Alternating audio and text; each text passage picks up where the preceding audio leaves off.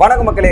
தூக்கு வித் கோமாளி அடுத்ததாக ஒரு ப்ரோமோ ரிலீஸ் ஆயிருக்கு. அந்த ப்ரோமோ பார்த்த உடனே இந்த வாரம் செம்மையாக போக போகுது அப்படின்ற மாதிரி தோணுது. ஏன்னா ஒரு புதுசான ஒரு வாரமாக இறக்கியிருக்காங்க. ஏன்னா வாரம் வந்து கல்யாண சமையல்ன்றாங்க, சிக்கன் வாரம் சொல்லிட்டு இருந்தாங்க. இந்த வாரம் என்ன அப்படின்றது பார்த்தீங்கன்னா இப்போதைக்கு இந்தியா ஃபுல்லாக என்ன நடந்துட்டு இருக்கு, தேர்தல். ஸோ அதனால தேர்தல் வாரம் வச்சிருவோம் அப்படின்ற மாதிரி தேர்தல் வாரம் வச்சிருக்காங்க. இது வரைக்கும் குக் வித் கோமாளியில் இந்த மாதிரி ஒரு சம்பவம் நடந்ததே இல்லை. அது இங்கே வச்சிருக்காங்க அப்படின்ற மாதிரி பார்க்க முடியுது. அதுலேயும் வந்து தேர்தல் கெட்டப்பில் கோமாளியாக இருக்கட்டும், இல்லை ஜட்ஜஸாக இருக்கட்டும், இல்லை ஆங்கராக இருக்கட்டும், எல்லாருமே வேற லெவலாக வந்திருக்காங்க. அதில் வந்து பார்த்தீங்கன்னா ஒரு பிரச்சாரம் பண்ணுவோம். ஒரு தேர்தல்னால் ஒரு பிரச்சாரம் இருக்குல்ல. ஸோ அந்த மாதிரி வந்து ஃபஸ்ட்டு வந்து எங்களோட ஒரு எண்ணம், எங்களோட ஒரே கொள்கை சிரிக்க வைக்கிறது தான் மக்களை அப்படின்ற மாதிரி ரக்ஷன் பேசுகிறதா இருக்கட்டும். மணிமேகலை என்ன பேசுவாங்க நான் எதிர்பார்த்துட்டு இருந்தேன். மணிமேகலை பேசுகிறத போட்டிருந்தா இன்னும் கொஞ்சம் நல்லா இருந்திருக்கும். பட் எனிவே அதை மிஸ் பண்ணியாச்சு, அதை விட்டுருவோம். அடுத்தது செஃப் தாமு அப்பாவுக்கு வரவேற்பு இருக்கே, ஐயோ வேற லெவல் போங்க. அவர் வந்துட்டு அவர் பேசும்போது பார்த்தீங்கன்னா சிரிப்பு தான் முக்கியம், குக்கிங்கும் ஒரு பக்கம், சிரிப்பு ஒரு பக்கம் அப்படின்ற மாதிரி உறுதிமொழி அளிக்கிறேன் அப்படின்ற மாதிரி அவர் மைக்கில் பேசி சால்வெல்லாம் போட்டு அவரை ஒரு பக்கம் பயங்கரமாக வரவேற்கிறாங்க.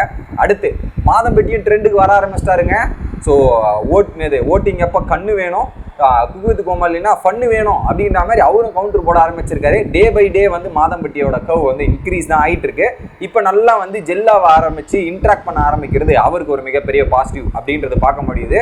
தேர்தல் பிரச்சாரத்தில் என்னெல்லாம் நடக்க போகுது அப்படின்றது பார்க்கணும். பட் இதில் ஒரு ஸ்பெஷாலிட்டி என்ன அப்படின்றது பார்த்தீங்கன்னா, ஸோ தேர்தல் என்னப்பா, தேர்தல் என்ன டிஷ்ஷு அப்படின்னு யோசிப்பீங்களா? அதுதான் அங்கே ட்விஸ்டே. என்னென்னா தேர்தல் டிஷ்ஷு வந்து ரெண்டு டிஷ் பண்ண போகிறாங்க. ஒரு பக்கம் செஃப் தாம் ஒரு டிஷ்ஷும், இன்னொரு பக்கம் வந்து பார்த்தீங்கன்னா மாதம்பட்டி ஒரு டிஷ்ஷும் பண்ண போகிறாங்க. ஸோ அந்த டிஷ்ஷை பண்ணிட்டு இருக்கிற குக்கை வந்து குரூப்பாக பிரித்து அதை ரீக்ரியேட் பண்ண சொல்ல போகிறாங்க அப்படின்ற மாதிரி தான் எனக்கு தோணுது அந்த ப்ரோமோ படி பார்க்கும்போது. ஏன்னா ரெண்டு சைடு டிஷ் பண்ணுறாங்கல்ல, அதை ரீக்ரியேட் பண்ண சொல்லி டேஸ்ட் எக்ஸாக்டாக யார் மேட்ச் பண்ணுறாங்க அப்படின்ற மாதிரி டாஸ்க் நடக்கும்னு நினைக்கிறேன். ஏன்னா சாட்டர்டே குக்கிங் தானே.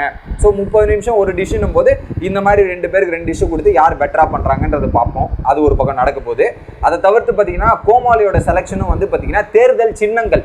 ஸோ ஒவ்வொருத்தரும் அந்த சின்னங்கள் போர்டு வச்சுக்கிட்டு நிற்கிறது பார்க்க முடியுது. சின்னங்களை பேஸ் பண்ணி தான் இந்த வாட்டி தேர்தல் அந்த கோமாளியோட பேரிங்கும் நடக்குது.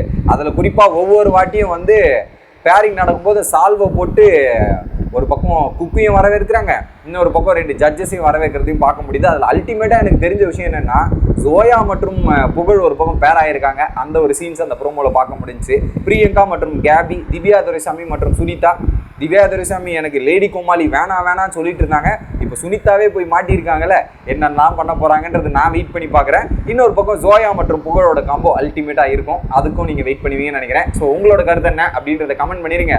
வீடியோ பிடிச்சிருந்தா தொடர்ந்து லைக் பண்ணிட்டு என்ஜாய் பண்ணுங்க கைஸ்.